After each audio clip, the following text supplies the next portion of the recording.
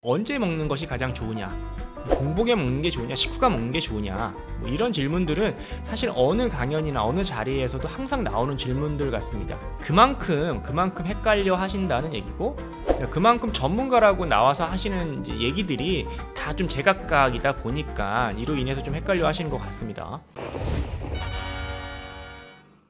네, 안녕하세요. 약드라이브의 칼로리입니다. 자, 제가 최근에 약사님들을 대상으로 강연을 한번 한 적이 있습니다. 프로바이오틱스 관련된 주제였고요. 저를 비롯해서 의사 선생님과 연구소장으로 계시는, 실제로 제품을 만들고 계시는 그 몇몇 분들과 팀을 만들어서 강연을 좀 한 적이 있습니다. 일반인들이 아니라 약사님들을, 실제로 약국을 운영하시거나 약국에서 근무하시는 약사님들을 대상으로 한 강연이었는데요. 강연 이후에 이 약사님들이 이제 질문하신 예상 질문들을 미리 사전에 받아서 이를 좀 설명해드리는 그런 시간을 좀 가졌습니다. 그래서 오늘은 그런 질문들 중에서 몇 가지를 좀 답하는, 설명해드리는 시간을 가지면 좋을 것 같아서 영상을 준비를 해봤는데요. 자, 실제로 현장에 계시는 약사님들께서도 공부를 굉장히 많이 하십니다. 약대를 졸업한 이후에도 최신의 어떤 약물 지식들, 트렌드, 건강기능식품에 관련되어 있는 수업들을, 공부들을 많이 하고 계시는데요. 이 마이크로바이옴과 프로바이오틱스 관련된 이 분야에 있어서도 최근에 굉장히 많이 성장을 했고 시장이 많이 커졌는데 반해서 이 정보를 얻는 데에는 좀 한계가 있다 보니까 헷갈려 하시는 분들이 좀 덜어 있으신 것 같습니다. 환자분들께도 정확한 어떤 사실을 전달을 해드려야 되는데 그러지 못한 경우들이 좀 있어서 굉장히 많은 질문들이 올라왔는데 그 중에 몇 가지만 답변을 소개해드리는 시간을 가지면 좋을 것 같은데요.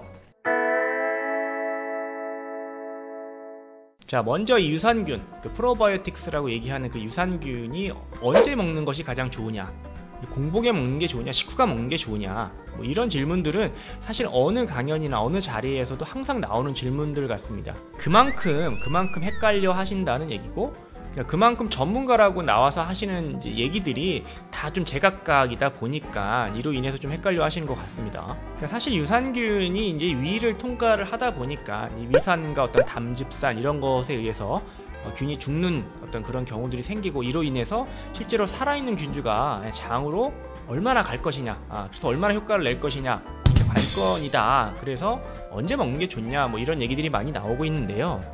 사실 결론적으로 말씀드리면 큰 차이는 없다고 보시면 되겠고요.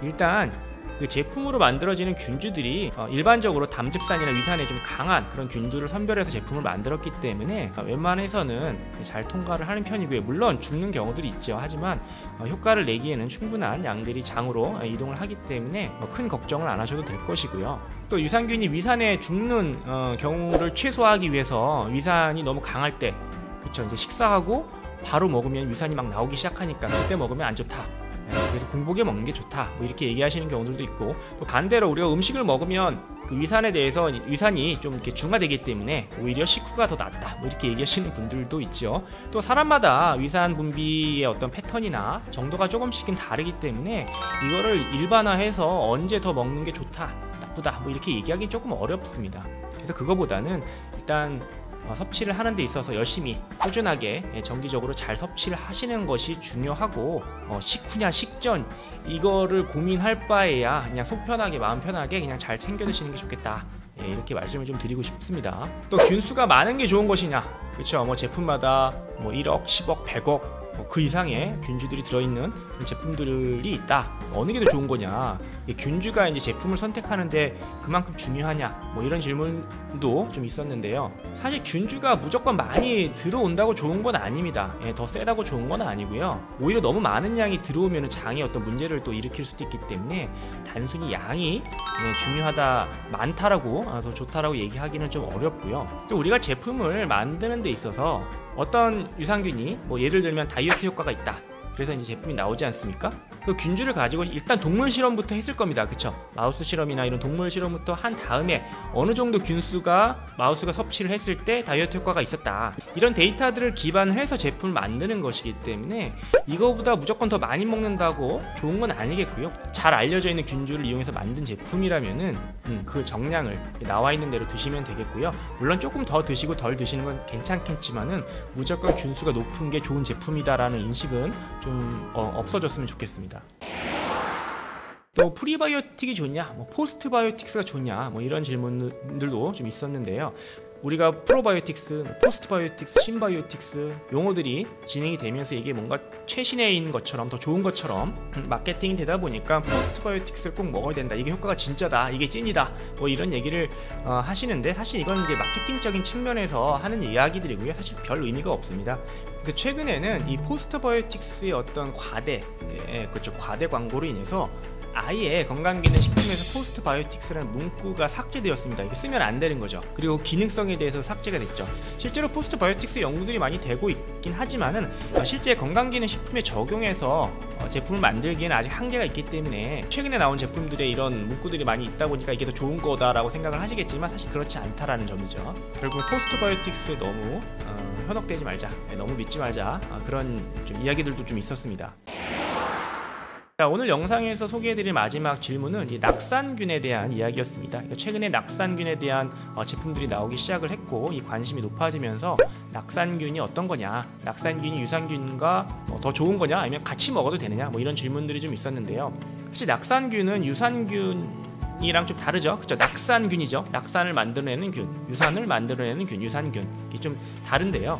그 기능성에 있어서 조금 다르긴 합니다. 낙산균 같은 경우는 사실 아직 그 건강기능식품의 어떤 원료로서, 기능성 원료로서는 아직 인정을 못 받고 있죠. 그 낙산균 들어있는 제품을 우리가 건강기능식품으로 허가를 받을 수 없습니다. 낙산균이 들어간 제품은 건강기능식품이 아니라 그냥 일반 식품으로 허가를 받아서 판매가 되고 있습니다. 자, 그러면 이게 건강기능식품이 아니니까, 기능성이 없으니까 유산균보다 더 못하느냐, 뭐 그렇게 이야기할 수도 있겠지만, 사실 그렇지는 않고요. 이게 건강기능식품 원료 범주 안에, 리스트 안에 들어가 있지 않다고 해서 더 나쁘다 이렇게 얘기할 수는 없겠고요.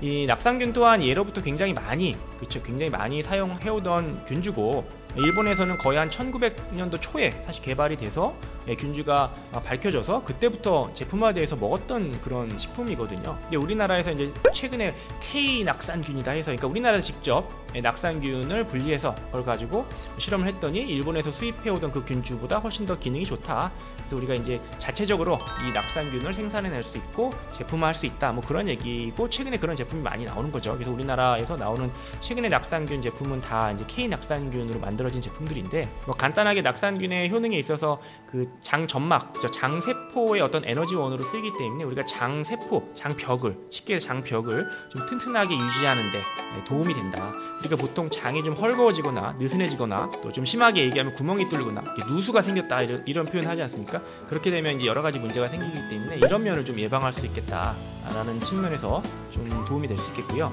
또 우리가 에너지 대사에도 좀 도움이 될 수 있기 때문에 여러 가지 대사질환, 당뇨, 혈당 조절이나 비만, 뭐 이런 데도 좀 도움이 될 수 있을 거라고 보여집니다. 그리고 이제 장내 어떤 염증을 가라앉히는 데도 좀 도움이 될 수 있기 때문에, 이런 면에서 낙산균이 기존의 유산균보다 조금 이로운 부분들이 있고, 실제로 연구 데이터들이 나와 있습니다. 그래서 뭐 낙산균과 유산균은 같이 드셔도 괜찮죠. 같이 드셔도 큰 상관은 없겠고요. 본인의 어떤 건강 상태에 따라서 선택하셔서 드시면 될 것으로 생각을 합니다. 자, 그래서 오늘은 최근에 제가 그 약사님들 대상으로 강연을 한번 한 적이 있었고요. 약사님들께서도 실제로 굉장히 많은 질문을 해주셨고요. 그래서 그때 이런 질문들에 대해서 답해드리는 시간을 가졌고, 그때 나왔던 답변들을 좀 설명해드리는 시간을 가져봤습니다. 감사합니다.